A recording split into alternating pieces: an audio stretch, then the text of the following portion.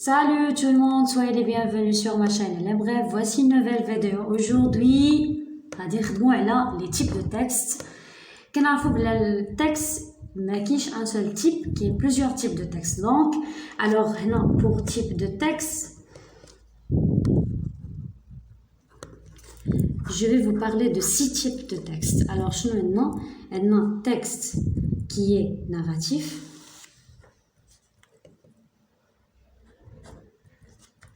Texte poétique. TXT est l'abréviation d'un texte. Poétique et descriptif. Texte. Argumentatif.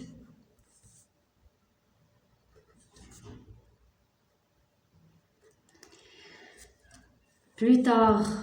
Donc, alors, texte narratif, poétique, descriptif, argumentatif, explicatif. Texte explicatif.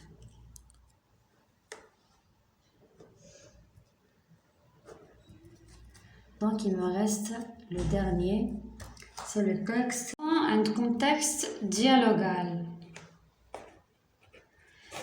Alors, vous allez découvrir les types de textes narratif, poétique, descriptif, argumentatif, explicatif et dialogal.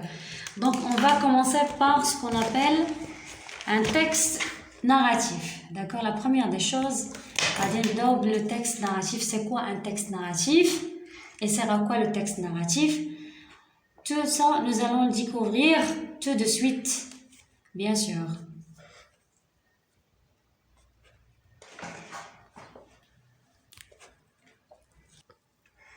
Alors, pour le texte narratif, la première des choses, une fois que tu as un texte narratif, tu as une liaison avec une histoire, un récit, quelque chose qui sert à raconter, d'accord?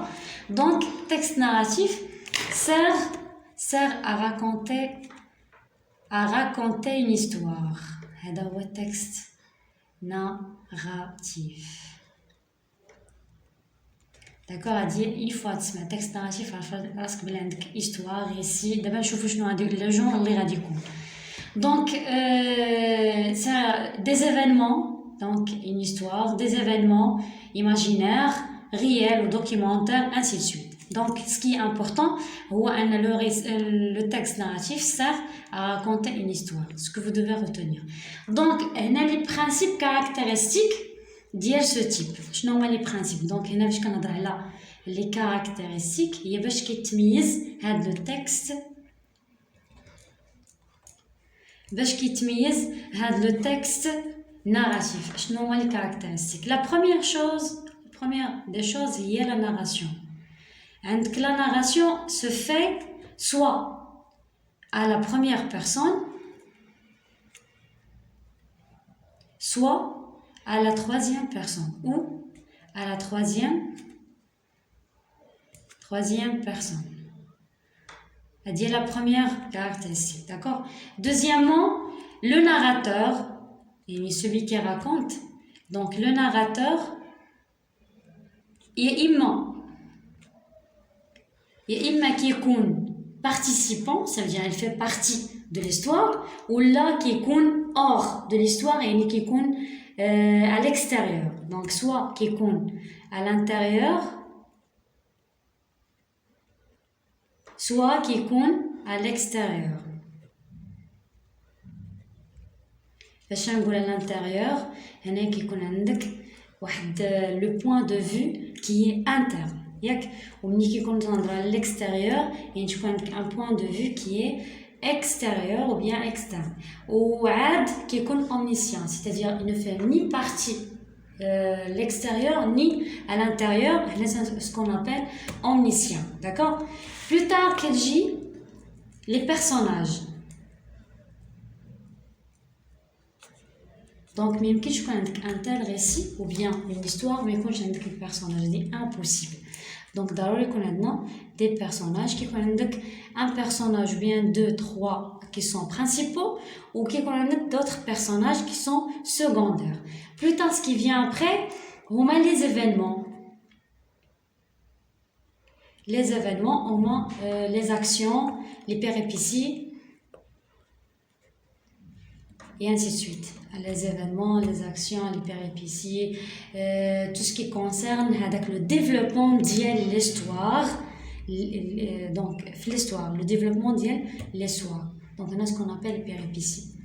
Plus tard, qui y la présence de repères chronologiques. Yani, qui connaît l'ordre des événements qui sont en ordre chronologique.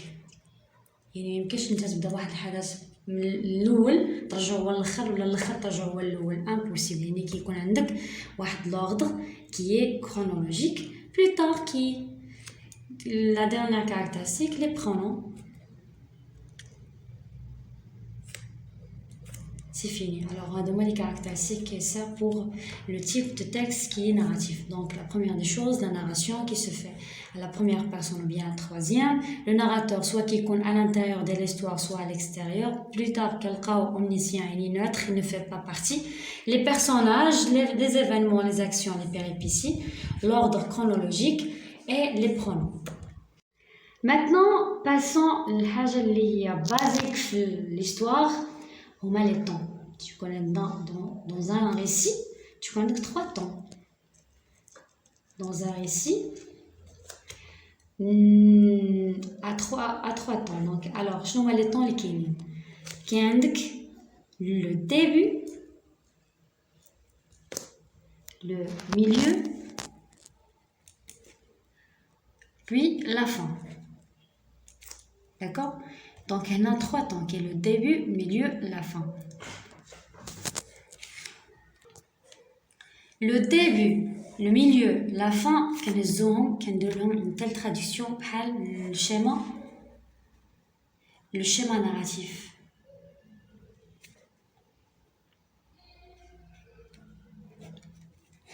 D'accord? Je ne sais pas le schéma narratif. La première des choses, c'est une situation initiale. Si vous connaissez la situation initiale, il y a une présentation des personnages, le lieu, le temps.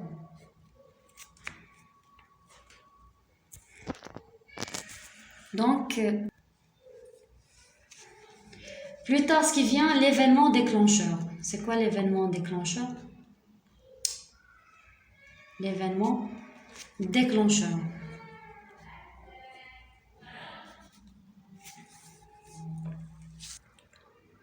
Donc, l'élément déclencheur, c'est un problème. C'est quelque chose qui perturber l'histoire. D'accord? Donc, la situation stable, la situation stable, qui est un élément déclencheur qui va la faire perturber. D'accord? Un problème. Donc, un problème qui va agiter l'histoire.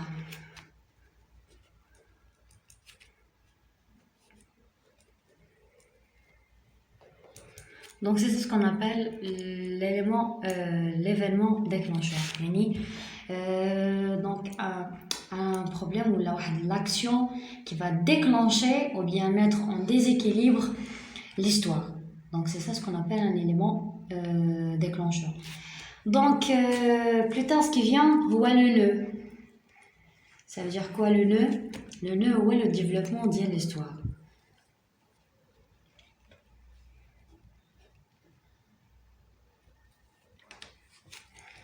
De l'histoire.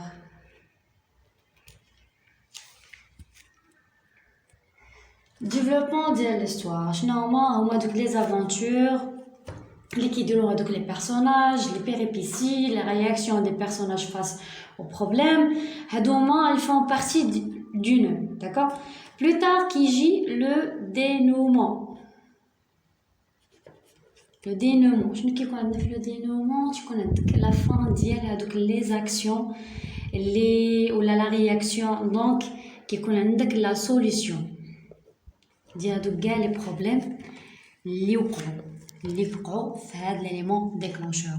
Donc هنا la solution, la résolution, la fin ديال les actions, la fin ديال les actions des personnages et ainsi de suite. Plus tard كتجي la situation finale.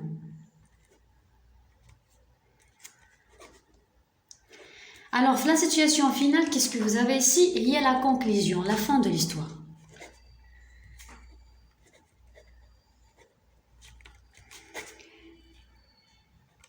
Voilà, donc tout ce qui concerne le schéma narratif, d'accord? La situation initiale, l'élément déclencheur, bien l'événement déclencheur, le nœud, le dénouement, la situation. Donc ici, l'utilisation du temps verbaux pour le récit ou bien l'histoire. Donc ici, le temps verbaux de base, les temps verbaux de base sont هادو تيكونوا في le récit. كاين عندكم le présent, l'imparfait, le passé simple اللي كيكون بزاف هو le passé simple et parfois le passé composé.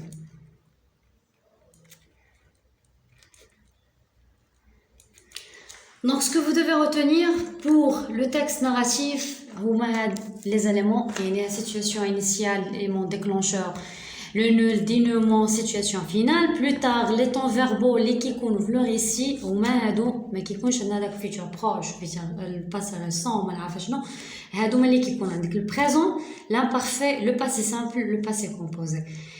Maintenant, je viens d'arriver à la fin de la vidéo. J'espère que vous avez bien compris. On se verra prochainement. Au revoir.